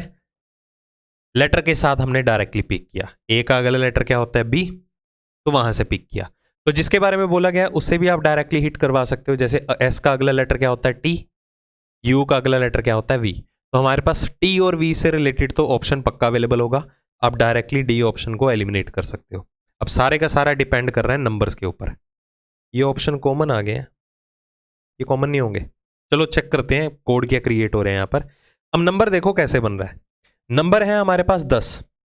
जज करो कि यहाँ पर 10 से रिलेटेड कोई लेटर अवेलेबल है, मतलब लेटर J अवेलेबल होना चाहिए क्योंकि J का ही प्लेस 10 होता है, या तो Q अवेलेबल होना चाहिए क्योंकि Q का ऑपोजिट लेटर जो होता है उसकी प्लेस वैल्यू भी 10 होती है। ना तो J अवेलेबल है ना ही Q अवेलेबल है। बट एक बात ध्यान दें, अगर हम अवेल वर्ड के अंदर नंबर ऑफ लेटर्स कितने हैं? 5, तो 5 का डबल कितना है यहाँ पर? 10। क्रॉस चेक करते हैं। जैसे सुपर स्ट्रिंग का कोड है 22T, कैसे पता चला? S का अगला लेटर है T, तो सुपर स्ट्रिंग में देखो नंबर ऑफ लेटर्स 11 हैं, 5 और 6 11, 11 का डबल कितना हो गया? 22। बिल्कुल ठीक है। तो यहां पर लेटर का तो पता चल गया, वर्ड का जो फर्स्ट लेटर है उसका 1 का इंक्रीमेंट किया गया। और नंबर कैसे क्रिएट हो रहा है? जितने नंबर ऑफ लेटर्स हैं with in the word, number of letters जितने भी हैं उसका डबल कर दिया गया। समझ में आ गया? तो आप डायरेक्टली निकाल सकते हैं। जैसे कि शूटिंग है, शूटिंग में देखो कितने लेटर हैं? 8। अपस्ट्रीम में देखो कितने लेटर हैं? 2 3 4 5 6 7 8। इधर भी 8 लेटर हैं, उधर भी 8 लेटर हैं, तो 16T और 16V। नंबर ऑफ लेटर्स का डबल करना है तभी नंबर क्रिएट हो रहा है। तो 16V और 16T ये ऑप्शन क्लैश कर रहे हैं, दो ऑप्शन नहीं हो सकते हैं, ठीक है? मल्टीपल ऑप्शंस नहीं हो सकते ना, ये ऑप्शन क्लैश कर रहे हैं। क्योंकि देखो क्वेश्चन बना रहा हूं तो थोड़ा बहुत एडजस्ट कर लेना, ऑप्शन में आपको मिल सकता है, ठीक है? ऐसा नहीं है कि हम टाइपिस्ट को ही उठा के दे देते हैं, हाँ भाई सेट बना दियो। ये खुद बनाने पड़ते हैं, टाइप भी खुद करने पड़ते हैं, टाइम लगाना पड़ता है। इतना रिकॉर्डिंग में नहीं टाइम लगता है जितना ये कंटेंट बनाने में टाइम जाता है, बहुत टाइम लगता है कंटेंट बनाने में। तो और स्पेशल सेट्स बन रहे हैं, ये भी लगा के चलो। आपने टीयर 2 में भी देखा होगा स्पेशल सेट्स आपको वहाँ पर भी मिल रहे हैं, वहाँ पर भी हम 4-5 सेट्स कंप्लीट कर चुके हैं। बट यूट्यूब वाले स्टूडेंट्स का भी ध्यान रखना है भाई, ओके? तो थोड़ा बहुत एरर है, इसको एडजस्ट कर लेना। हाँ, क्वेश्चन की टाइप के ऊपर ज़रूर फोकस कीजिएगा, ऐसे क्वेश्चन आने के आपको फुल ऑन चांसेस है, तो ध्यान से करिएगा अटेम्प्ट, ओके? चलो करें नेक्स्ट क्वेश्चन के ऊपर स्विच। ग्रुप एनोलॉजी का केस है, एक गिवन सेट अवेलेबल है, सिमिलर सेट आपको निकालना है, ऑप्शन के थ्रू कौन सा रहेगा। चलो गिवन सेट की अगर हम बात करें, हाँ इतना क्लियर है कि 25 और 17 से 170 क्रिएट करना है। तो 25 और 17 से 170 क्रिएट करेंगे, अगर हम ऐड कर दें तो 42 के टेबल पे 170 आता है नहीं। तो एक काम करो, जब भी आप छोटे नंबर से बड़ा नंबर क्रिएट करने जा रहे हो ना, अगर आपको कोई भी आइडेंटिफाई नहीं हो रहा लॉजिक क्या है, तो एक काम करो, उस बड़े नंबर को स्प्लिट कर दो। अगर मैं 170 की बात करूं, इसके फैक्टर्स बनाना चाहूं, तो मैं इसे लिख सकता हूं 85 इंटू 2, 85 इंटू 2 लिख सकता हूं। अब देखो 17 और 25 से 85 कैसे आ सकता है? अब 85 की अगर बात करें तो वो 17 का मल्टीपल है, 17 इंटू 5 85। 17 को 5 से गुना करो 85 आएगा। अब 5 कहां से आएगा? ये 25 का स्क्वायर रूट करके। देखो मैंने क्या जज किया, यहां पर जो पहला नंबर है उसका स्क्वायर रूट कर दिया, ठीक है? फिर उसे दूसरे नंबर के साथ मल्टीप्लाई करके उसका फर्दर डबल कर दिया। ये फंक्शन क्रिएट कर दिया मैंने, लॉजिक क्रिएट कर दिया 170 लाने के लिए। तो 5 गुना 17 गुना 2, तो रिजल्ट कितना आ रहा है? 170। तो मतलब पहले नंबर का आपको स्क्वायर रूट करना पड़ा, फिर उसे दूसरे नंबर के साथ मल्टीप्लाई करके जो भी रिजल्ट आएगा उसका डबल किया गया। तो इसे तो एलिमिनेट कर दो क्योंकि यहां पर स्क्वायर रूट अवेलेबल नहीं है फर्स्ट नंबर। इधर है, ये देखो, ये 7 गुना 20 गुना 2 हो जाएगा, ये तो 280 आना चाहिए, बट 140 अवेलेबल है। ये कितना हो जाएगा? 6 गुना 12 गुना 2, 144 बिल्कुल करेक्ट आंसर है। तो ऐसे आपको क्रिएटिविटी दिखानी है नंबर्स के साथ। पहली बात, छोटे नंबर से बड़ा नंबर क्रिएट करने की कोशिश करो। अगर आप मल्टीपल्स बना के या उसे फैक्टर्स बना के नहीं कर पा रहे हो तो बड़े नंबर्स को स्प्लिट कर दो, सारी की सारी पिक्चर क्लियर हो जाएगी। और जो भी बड़े नंबर्स के फैक्टर्स बनाने हैं, ध्यान रखिएगा गिवन नंबर्स के साथ ही लिंक बना के चलिएगा और फैक्टर्स क्रिएट करना, तो ही लॉजिक आइडेंटिफाई होगा, अदरवाइज नहीं। क्योंकि 170 तो काफ़ी और मल्टीपल्स बनाए जा सकते हैं। ठीक है, गिवन नंबर्स को प्रायोरिटी देनी है कि 25 या 17 में से कोई संख्या दिखनी भी चाहिए आपको, तभी लिंक बन पाएगा ना, अदरवाइज कहां से बना लोगे। चलो, इस लेवल के क्वेश्चन भी आपको देखने को मिल सकते हैं। तो यहां पर दिया गया है, थोड़ा टाइम कंज्यूमिंग जरूर होगा, बट वो सभी के लिए है, वही बात आती है।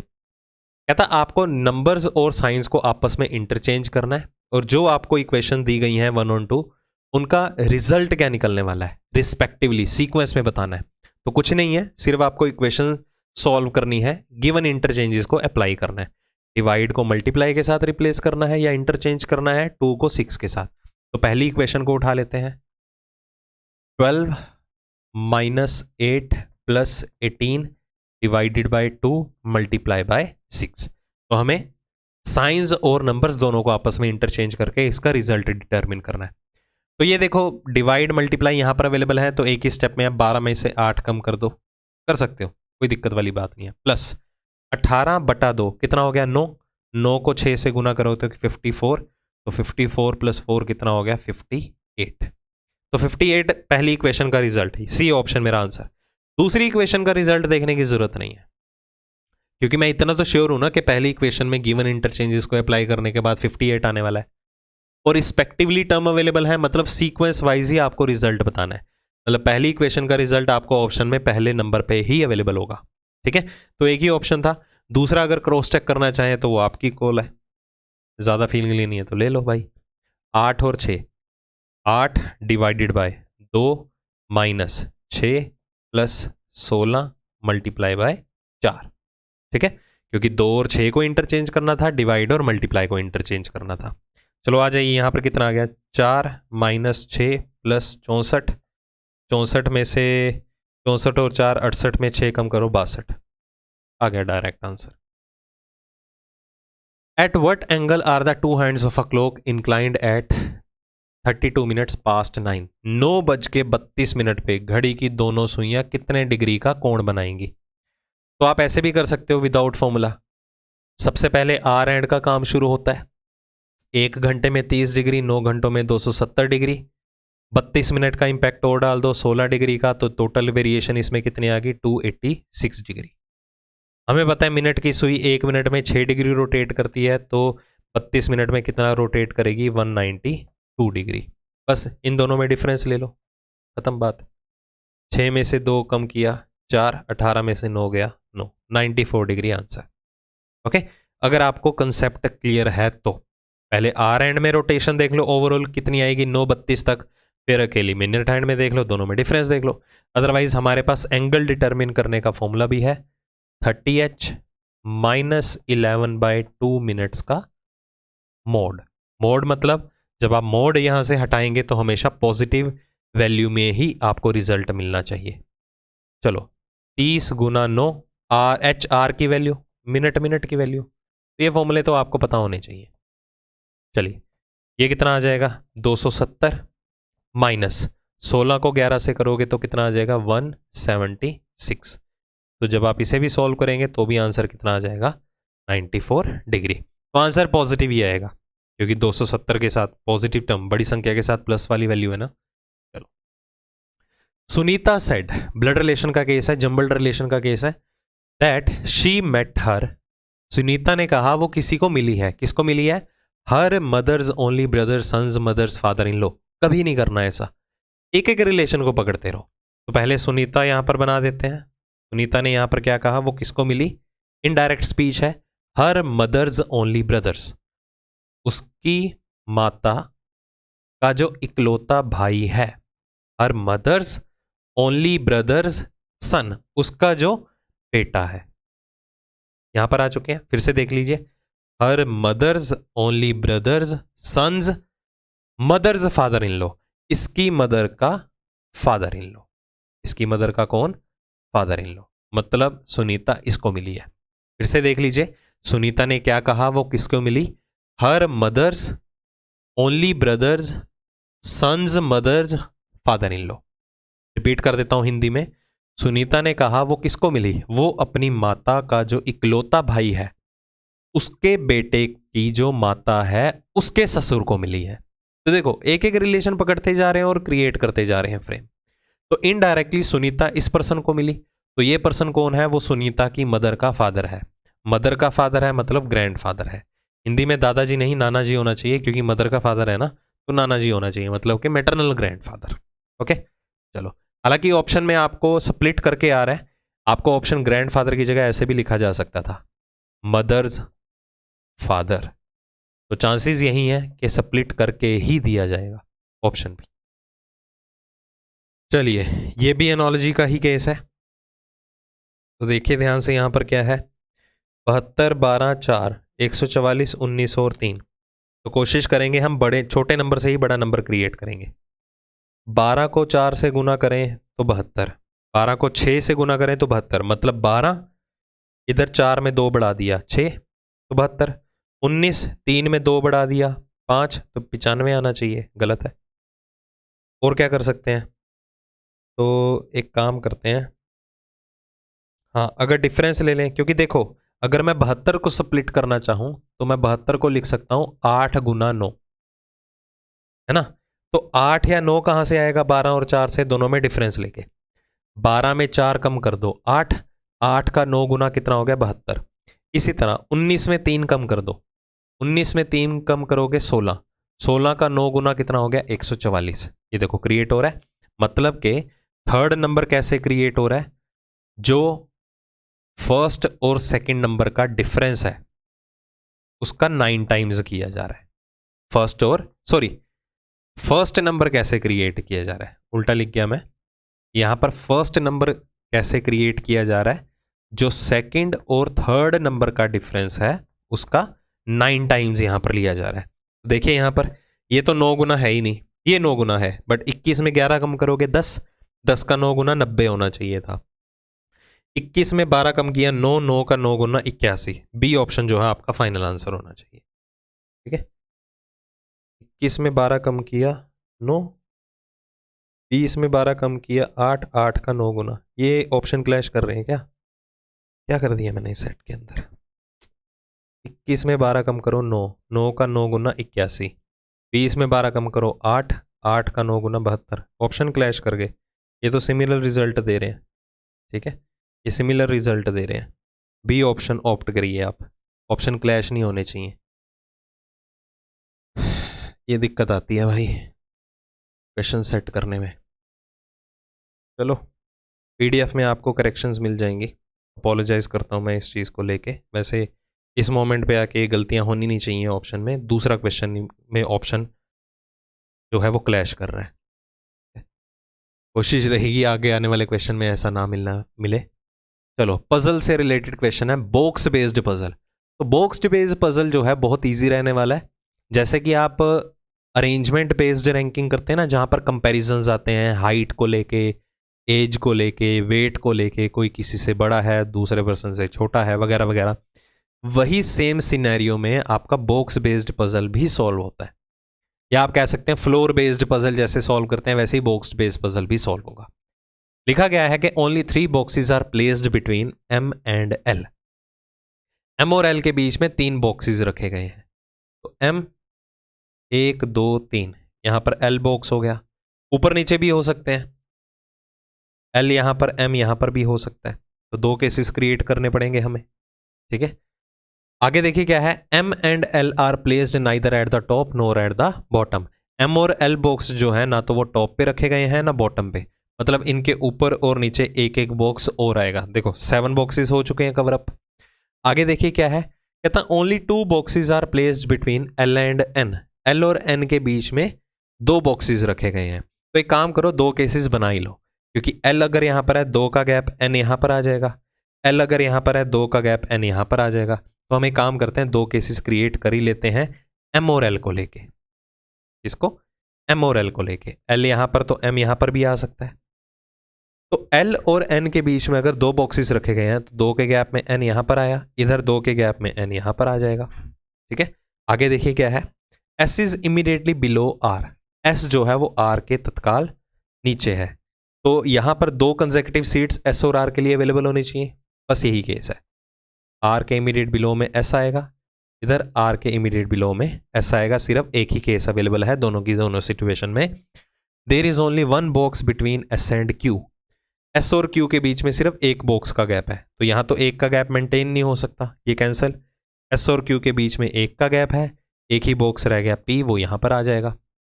चलो पजल सॉल्व हो गया हमारा। M is placed above L, इसकी तो जरूरत भी नहीं थी, इसके बिना ही सॉल्व हो रहा है। How many boxes are placed between P and N. P और एन के बीच में टोटल बॉक्सेस कितने हैं, सिर्फ एक ही है, बी ऑप्शन।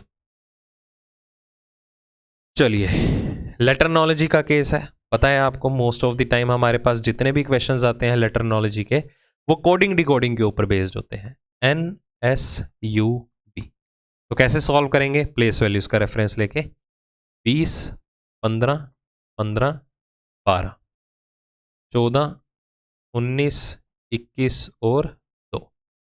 चलो वेरीफाई करते हैं कोड बना कैसे है। तो 20 से 14 अगर आए 6 नंबर कम हो गए, ये 4 नंबर बढ़ गए, ये 6 नंबर बढ़ गए, ये 6 नंबर कम हुए तो इधर 6 नंबर बढ़े, इधर 4 नंबर बढ़े, कोई पैटर्न नहीं बन रहा, ये 10 का इंक्रीमेंट या डिक्रीमेंट आ रहा है। कुछ और लॉजिक लगाइए। क्रॉस मल्टीप्लीकेशन में भी आ रहा है, देखो 20 - 1 19, 15 - 1 14, फिर इधर नहीं आ रहा, इन दोनों में तो -1 लग जाएगा, इधर नहीं लग रहा, कुछ और पैटर्न सोचिए। अगर मैं रिवर्स ऑर्डर में देखूं, 12 से देखो 14 2 नंबर बढ़े, 15 से 19 4 नंबर बढ़े, ये 6 ये 8, ये ठीक है। ये देखो रिवर्स सीक्वेंस में ये 2 नंबर बढ़े 12 से 14, ये 14 से 19 15 से 19 4 नंबर बढ़ गए, ये 6 नंबर बढ़ गए और ये 8 नंबर बढ़े। 8 नंबर कैसे बढ़े, अगर 20 में 8 बढ़ा दो तो 28, तो रेपिटेशन अलाउड है, जैसे 27 पे ए होता है तो 28 पे क्या होता है हमारे पास, बी होता है। तो रिवर्स सीक्वेंस में 2 4 6 और 8 का इंक्रीमेंट आ रहा है। तो डायरेक्टली आप गोट का कोड बताइए, ठीक है, ग्रेटेस्ट ऑफ ऑल टाइम, गोट का कोड बता दीजिए। अब जैसे टी में 2 नंबर बढ़ाओ, टी + 2 कितना हो गया, वी। ऑप्शन एलिमिनेट करते रहो पैरेलली, सारे ऑप्शन एलिमिनेट, ये हमारा आंसर। एग्जाम में ऐसे सॉल्व करना है, चाहते हो तो पूरे का पूरा सॉल्व कर सकते हो। फिर 4 नंबर बढ़ेंगे, ए में 4 बढ़ा दो तो ई, वर्बली करना है, प्लेस वैल्यूज का रेफरेंस लिखो मत, ओरली करो, मन में ही सोचो, ठीक है। इधर 6 नंबर बढ़ेंगे, इधर 8 नंबर बढ़ेंगे, ठीक है। 7 में 8 नंबर बढ़ाओगे तो कितना आ जाएगा, 15, लेटर कौन सा हो जाएगा, O. A cube of side 12 centimetre, एक घन की भुजा आपको 12 सेंटीमीटर दी गई है, पूरे का पूरा उसे हरे रंग में पेंट कर दिया गया है। Then cut into smaller cube of side 2 centimetre each. अब देखो अगर 12 सेंटीमीटर भुजा वाले घन को 2-2 सेंटीमीटर के छोटे घनों में अगर डिवाइड किया जाएगा तो टोटल नंबर ऑफ पीसीज एक एज पे कितने हो जाएंगे, 6 नहीं हो जाएंगे। टोटल पीसीज जो है एक सिंगल एज पे कितने हो जाएंगे, 6 हो जाएंगे।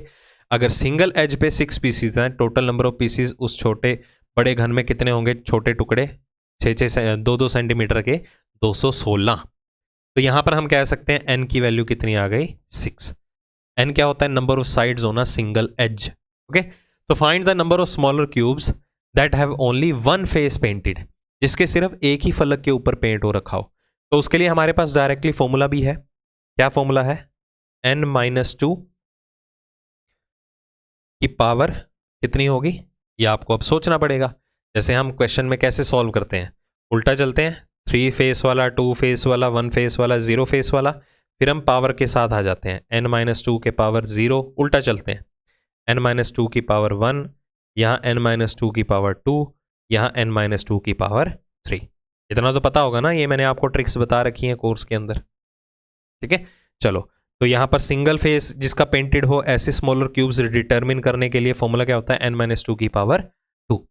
तो 6 में 2 कम करो 4, 4 का स्क्वायर कितना हो गया 16, 16 का 6 गुना कितना हो गया 96, ठीक है। एक तो आप ऐसे अप्रोच कर सकते हो। अदरवाइज अगर हम बात करें 6/6/6 की क्यूब है, 216 पीसेस तभी बनेंगे ना, मतलब एक एज पे टोटल पीसेस कितने हो गए 6, 6 में से 2 हो गए कॉर्नर पीसेस जिसके 3 फेसेस कलर्ड होंगे। अगर 2 कॉर्नर पीसेस को बाहर निकाल दे तो बीच में कितने बचे, 4 पीसेस। 4 पीसेस ऐसे हैं जिसके 2 ही फलकों के ऊपर पेंट हो रखा होगा। अगर एक एज पे 2 फेसेस पेंटेड फॉर्म वाले 4 पीसेस हैं तो 4 का स्क्वायर कितना हो गया 16।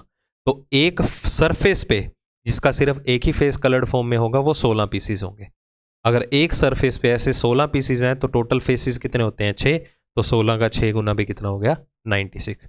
ये विदाउट फॉर्मूला है, कंसेप्ट क्लियर होना चाहिए ओरली भी क्वेश्चन को सॉल्व कर सकते हो आप। 3 डिफरेंट पोजीशन दी गई हैं, तो हमें किसका विपरीत निकालना है? 2 का अपोजिट निकालना है। चलिए जी, अब 2 की अगर हम बात करें, 2 यहां पर भी अवेलेबल है, यहां पर भी अवेलेबल है।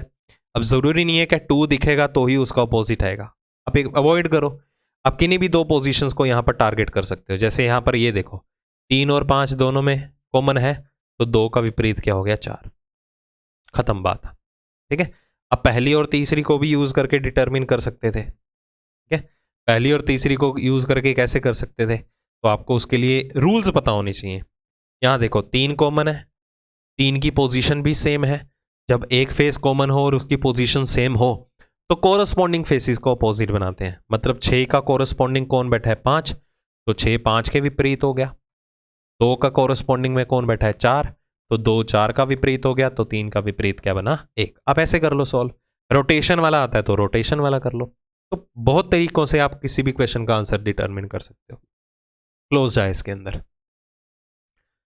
इनइक्वालिटीज, पहला O greater than equal to T आपको बताना है, सही है या गलत। तो O से लेके T तक आपको डबल साइंस अवेलेबल होनी चाहिए। ये देखो, ये O रहा, ये T रहा। पहली बात सिंगल साइन आ रहा है, दूसरी बात साइन अपोज कर रहे हैं, तो कुछ डिफाइन ही नहीं होगा।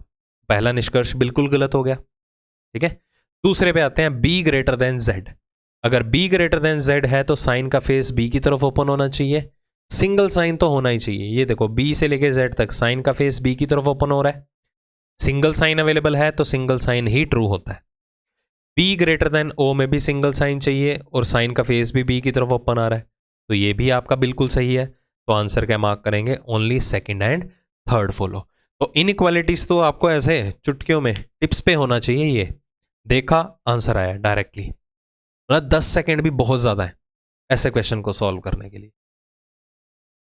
If in the year 2016 the Republic day was celebrated on Friday. मतलब कह रहा है कि रिपब्लिक डे, गणतंत्र दिवस, मतलब कि 26 जनवरी का दिन 2016 में अगर शुक्रवार था, तो हमें क्या बताना है? Then on which day was the independence day celebrate in the year 2020।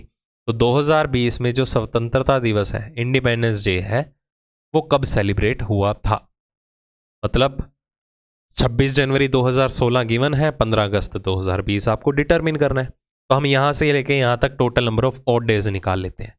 तो पहला स्टेप हम देखेंगे 26 जनवरी 2016 से 26 जनवरी 2020 तक टोटल विषम दिनों की संख्या कितनी आती है। टोटल ईयर्स कितने हो गए? 4।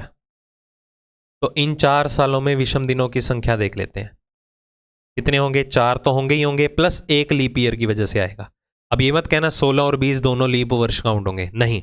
जब तक 29 फरवरी इंक्लूड ना हो तब तक उसे लीप ईयर वर्ष में कंसीडर नहीं करना। जब हम 26 जनवरी से चलना शुरू करेंगे, 2016 की 29 फरवरी इंक्लूड होगी। कहां तक जा रहे हैं? 26 जनवरी 2020। क्या 2020 की अभी 29 फरवरी आई है? नहीं है ना। तो हम एक ही विषम दिन काउंट करेंगे, वो भी 2016 वाला, लीप वर्ष की वजह से। तो कितने विषम दिन आए यहां पर? 5। तो जब यहां से यहां स्विच करेंगे तो 5 विषम दिन आएंगे। अब यहां से यहां स्विच करते हैं। देखो, पहले जनवरी महीना आएगा, 31 दिन होते हैं, 26 तारीख तक तो खत्म, बाकी कितने बचे? 5। ये जनवरी का महीना आ गया। फिर फरवरी का महीना आएगा 2020 का, 29 दिन होते हैं तो 1 विषम दिन, ठीक है। फिर मार्च आ जाएगा, फिर अप्रैल, फिर मई, फिर जून, फिर जुलाई, फिर अगस्त के कितने? 15 दिन। 15 मतलब 1। समझ में आ गया? तो ये प्रोसीजर तो आपको पता होना चाहिए। देखो, चलो 3 2 5 2 7 कैंसिल आउट करो, 5 1 1, ये भी 7 बन गया। तो ये कितना हो गया? 3 और 3 6। तो जब हम यहां से यहां तक स्विच करेंगे, टोटल विषम दिनों की संख्या कितनी आ रही है? 6। जब हमने यहां से यहां स्विच किया था, टोटल विषम दिनों की संख्या कितनी आई थी? 5। तो यहां से यहां टोटल विषम दिनों की संख्या कितनी आ गई? 5 और 6 11। 11 का मतलब कितना हो गया? 4। तो शुक्रवार में 4 दिन बढ़ा दीजिए। शुक्रवार में 4 दिन बढ़ाएंगे तो क्या आ जाएगा यहां पर आपका answer? Tuesday, A option. Okay, तो प्रोसीजर फास्ट वे में आपको एग्जाम में अटेम्प्ट करना है। ये तो मैं आपको हर चीज डिटेल में बता रहा हूं, तो टाइम कंज्यूमिंग रहा होगा। 30 सेकंड के अंदर अंदर हाई से हाई लेवल का क्वेश्चन, इस लेवल में कोई भी क्वेश्चन अटेम्प्ट कर सकते हो आप, ठीक है। बस थोड़ा केयरफुली अटेम्प्ट कीजिएगा, क्योंकि सारी की सारी गेम यहां पर किसकी है? ऑड डेज की। एक भी दिन गलत काउंट कर लिया ना, पूरे का पूरा आंसर का फेस ही चेंज हो जाएगा। ठीक है, तो थोड़ा केयरफुली अटेम्प्ट करना। डायरेक्शन टेस्ट का क्वेश्चन है। Rajesh drives 4 kilometre towards waste from point A. कहता राजेश ने 4 किलोमीटर पश्चिम में ड्राइव किया। ठीक है, बिंदु ए से। तो हम यहां पर मान लेते हैं बिंदु ए है, यहां से 4 किलोमीटर पश्चिम में ड्राइव किया उसने। उसके बाद takes right turn and drives 8 kilometre. यहां से उसने एक दायां मोड़ लिया और 8 किलोमीटर चला। चलो जी, दायां मोड़ लिया, पश्चिम दिशा की तरफ देख रहा है तो राइट ऊपर की तरफ होगा। यहां से उसने एक 8 किलोमीटर ड्राइव किया। ओके, उसके बाद क्या है, he again takes right turn and drives 8 kilometre. उसने फिर से एक दायां मोड़ लिया, नॉर्थ फेसिंग में दायां इधर की तरफ होगा, ईस्ट फेसिंग में, और कितना चला, 8 किलोमीटर। ये 8 और ये 8 सेम होना चाहिए, ज़्यादा बड़ा बना दिया मैंने। चलो चलो इतना ही खींच लेते हैं। ठीक है, ये 8 किलोमीटर हो गया, 4 का डबल एडजस्ट कर लो। He again takes one more right turn and drives 4 kilometre. उसने एक और दायां मोड़ लिया और 4 किलोमीटर चला। अगर ये देखो 8 है तो इसने 4 किलोमीटर ड्राइव किया, मतलब आधा पोर्शन। ठीक है, डायमेंशंस का जरूर ध्यान रखना, कितनी लेंथ आप ड्रॉ करने जा रहे हैं। Finally he takes a right turn and drives 4 kilometre to reach point B. अंत में उसने एक और दायां मोड़ लिया। दायां मोड़ लिया, साउथ फेसिंग में, राइट इधर की तरफ होगा, वेस्ट फेसिंग में। एक और राइट टर्न लिया और 4 किलोमीटर चला। अगर ये 8 है तो ये भी कितना हुआ, 4। तो कौन से बिंदु पर आके पहुंचा, पॉइंट बी पर आके पहुंचा। तो क्वेश्चन देखिए क्या है, how far towards which direction should he drive in order to reach point A again. कहता कौन सी दिशा में और कितना दूर उसे दूरी तय करनी पड़ेगी फिर से बिंदु ए तक पहुंचने के लिए। तो बिंदु ए तक पहुंचने के लिए पहली बात उसे साउथ में आना पड़ेगा। कितना डिस्टेंस कवर करना पड़ेगा, 4, क्योंकि अगर ये कंप्लीट लेंथ 8 की थी तो 4 तो वापस आ गया था, बचा कितना बाकी, 4। तो 4 किलोमीटर उसे दक्षिण में आना पड़ेगा। क्वेश्चन को थोड़ा केयरफुली पढ़िएगा, किस पॉइंट की डायरेक्शन कहां से बतानी है। जैसे बहुत बार आपने देखा होगा कि स्टार्टिंग पॉइंट की एंडिंग पॉइंट, या सॉरी एंडिंग पॉइंट की स्टार्टिंग पॉइंट से बतानी है, बट यहां पर स्टार्टिंग पॉइंट एंडिंग पॉइंट से पूछा जा रहा है। थोड़ी सी सेंस समझ के चलिएगा।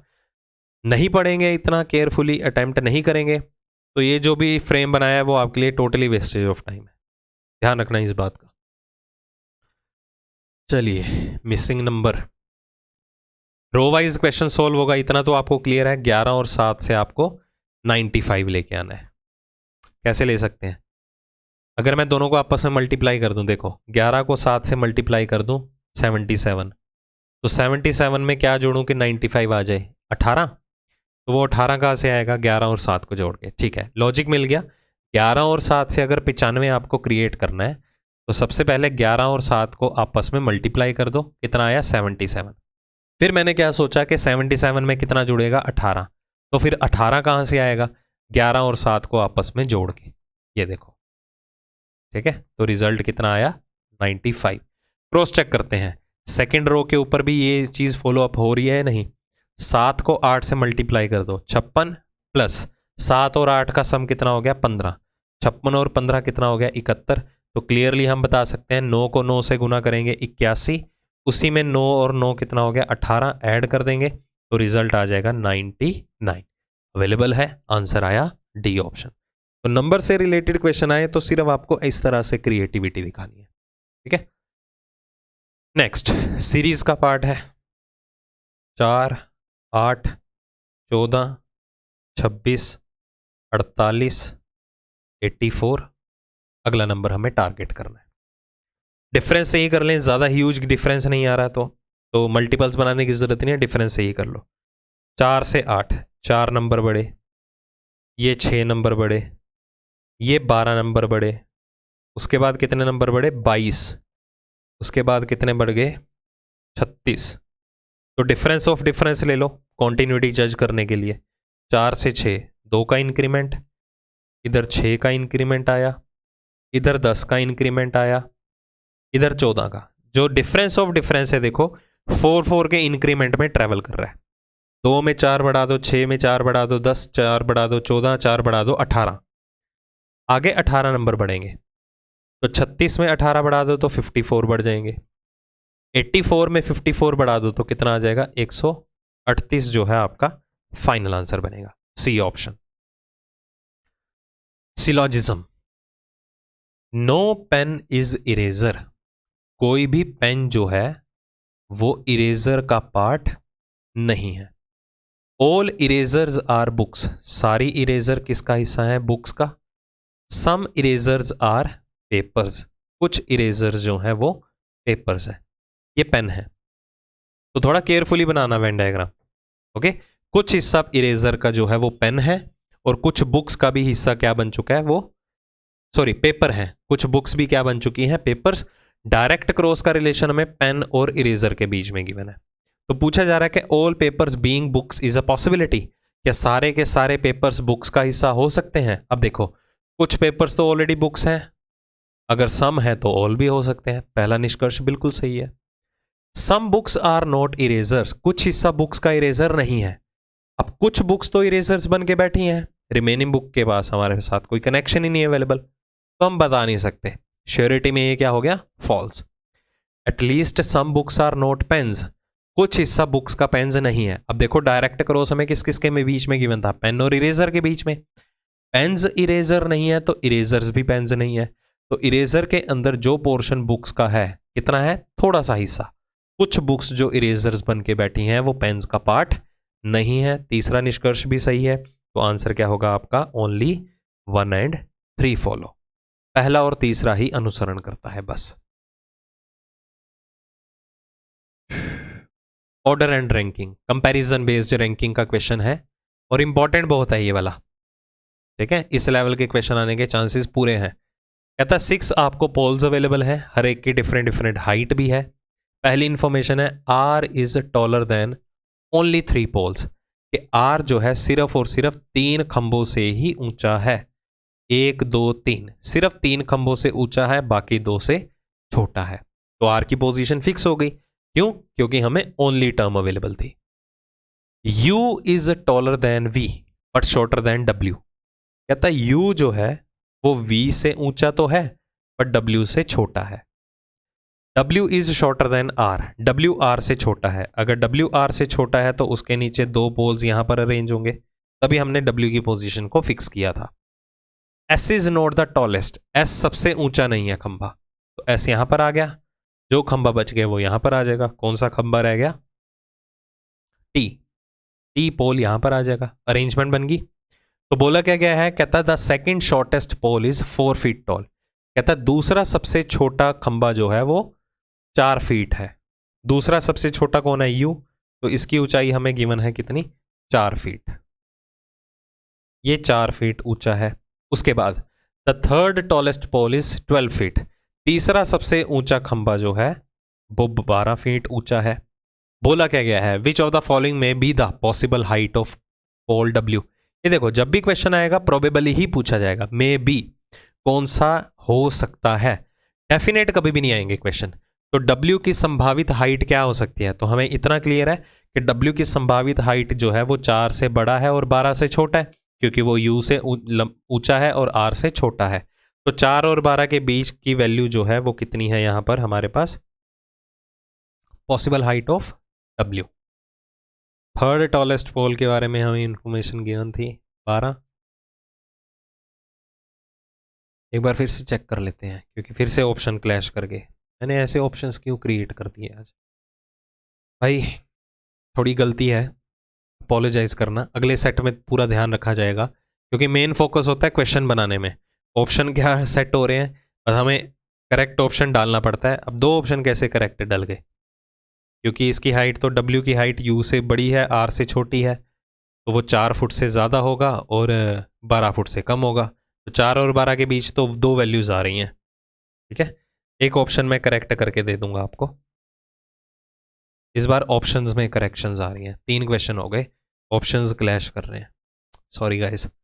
चलो, क्वेश्चन के ऊपर आप फोकस करिएगा। बेसिकली आइडिया ले लेना, इस लेवल के क्वेश्चन आएंगे।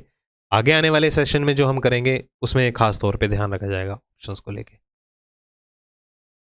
चलो, किसी सर्टेन कोड लैंग्वेज में हमें डोम का कोड अवेलेबल है, 2 वर्ड का कोड अवेलेबल है। तो मैंने डोम ही क्यों उठाया है? क्योंकि इसमें नंबर ऑफ लेटर्स कम है। तो क्या है? 430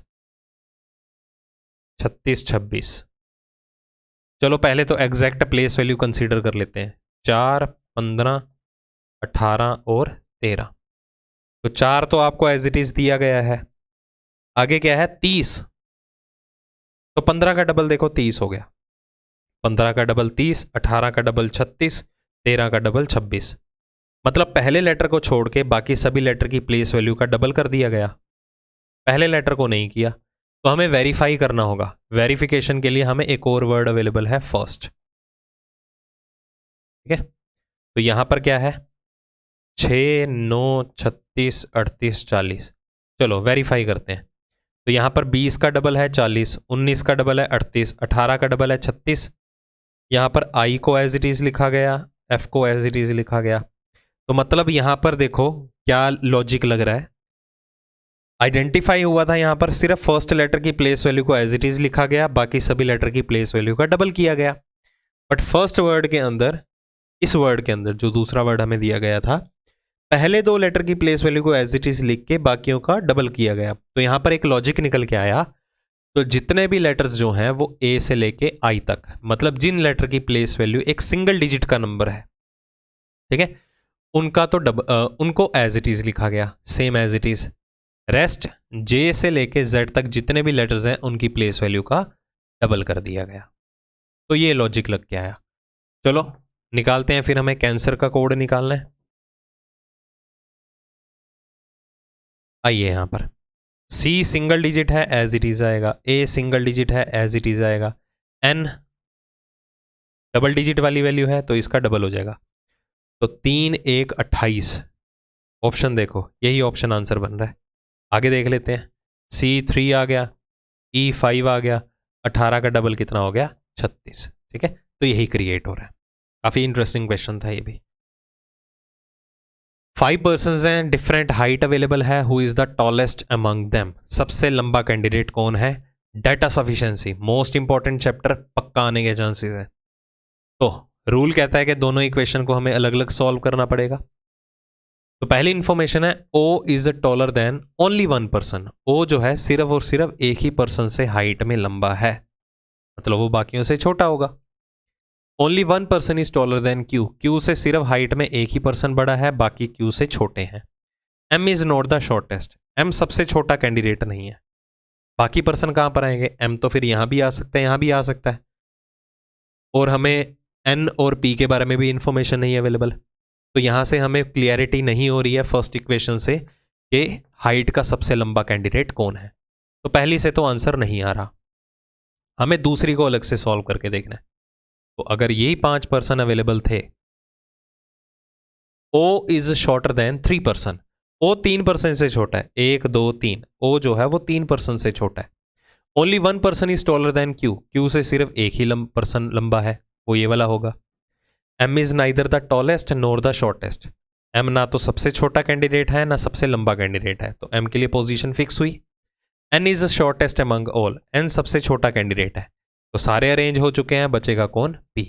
तो यहां हमें दूसरी इक्वेशन से पता चल रहा है क्लियरली कि हाइट में सबसे लंबा कैंडिडेट कौन है। ठीक है, तो आंसर यहां पर आ जाएगा only second is sufficient. Okay, answer क्या आएगा, ओनली सेकेंड इज सफिशिएंट। पहली वाली से आंसर नहीं है, उसे साइड पे रख दो, अकेली दूसरी से आंसर आ रहा है। मर्ज मत करने बैठना, मर्ज हम तभी करेंगे जब हमारे पास दूसरी से भी आंसर ना आता तो। Statement and assumption. As the prices of the petrol and diesel shoot up, more and more people are resorting to the use of electric cars. चलो हम भी देख रहे हैं आजकल, कहते जैसे जैसे पेट्रोल और डीजल के प्राइसेस जो हैं वो डे बाय डे इंक्रीज कर रहे हैं ना, तो बहुत से लोग ऐसे हैं जो इलेक्ट्रिक कार की तरफ या इलेक्ट्रिक व्हीकल्स की तरफ स्विच कर रहे हैं। प्राइसेस ही इतने ज़्यादा हैं। तो क्या पूर्व धारणा इनके ऊपर लग सकती है, कहता है using electricity for powering car is less expensive than using petrol और डीजल। कहता जो ये कार्स वगैरह होती हैं, जो गाड़ियों को चलाने के लिए जो इलेक्ट्रिसिटी है, ठीक है, वो जो है लेस एक्सपेंसिव है यूजिंग पेट्रोल और डीजल। ऑब्वियस ही बात है, पेट्रोल और डीजल के प्राइसेस इतने ज़्यादा हो चुके हैं, 100 के नियर अबाउट हैं, तो इलेक्ट्रिसिटी तो बहुत सस्ती पड़ती है। हालांकि गाड़ी महंगी है बट उसका खर्चा भी नहीं है ना कोई, बिल्कुल एग्जैक्ट इम्प्लिसिट एजम्पशन है। Many people can not afford the raised prices of petrol and diesel. हाँ, काफ़ी लोग ऐसे हैं जो जो बड़े हुए प्राइजेस हैं पेट्रोल और डीजल के उसको अफोर्ड नहीं कर पा रहे हैं, इसलिए तो वो इलेक्ट्रिक व्हीकल के ऊपर स्विच कर रहे हैं। तो यहाँ दोनों की दोनों धारणाएं जो हैं वो इम्प्लिसिट है, बोथ 1 और 2 आर इम्प्लिसिट। ठीक है, चलो अपना स्कोर कार्ड ज़रूर मेंशन करके बताइएगा कि आपने जितने भी अटेम्प्ट किए उनमें से कितने एक्यूरेसी के साथ सही थे। ठीक है, तो उम्मीद करता हूँ ये सेशन भी आपको समझ में आया होगा प्रॉपर क्लियरिटी के साथ। आगे आने वाले टाइम में कोशिश पूरी रहेगी मैं और सेशंस आपके लिए सामने लाता रहूँ। ठीक है, रेस्ट अगर आप CGL 2023 के लिए प्रिपेयर कर रहे हैं, ओके, और CHSL के लिए प्रिपेयर कर रहे हैं, तो ये दी बेस्ट बुक है रीजनिंग की, इसे ज़रूर गो थ्रू करना। यहाँ से बाहर नहीं आने वाला आपको लेवल और गारंटी, क्योंकि मार्केट में Tier 2 की सिर्फ एक ही बुक है। ये बुक गो थ्रू कर ली, Tier 1 Tier 2 दोनों ही प्रिपेयर हो जाएंगे आपके।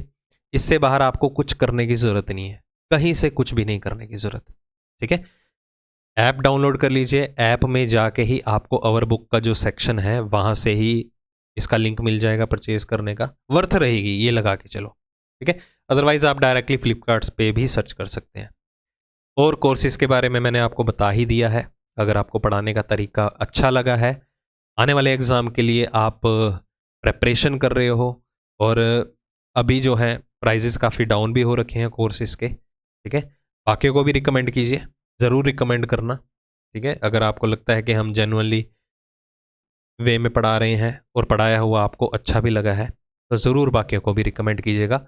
और बात रही इस PDF की, YouTube PDF का जो फोल्डर है, ऐप डाउनलोड करेंगे जब, यहाँ पर आपको मंथ के अकॉर्डिंगली मिल जाएगी। जैसे अभी फेबररी मंथ चल रहा है तो फेबररी मंथ का फोल्डर होगा इसमें, वहाँ से आप डायरेक्टली डाउनलोड कर सकते हैं PDF भी। तो चलो कमेंट करके ज़रूर बताइएगा सेशन कैसा लगा। बाकी जो 2-3 क्वेश्चन में ऑप्शन में एरर आया था, मैं उसे रेक्टिफाई करके आपको PDF प्रोवाइड कर दूंगा, वहाँ से आप डायरेक्टली कर सकते हो सॉल्व।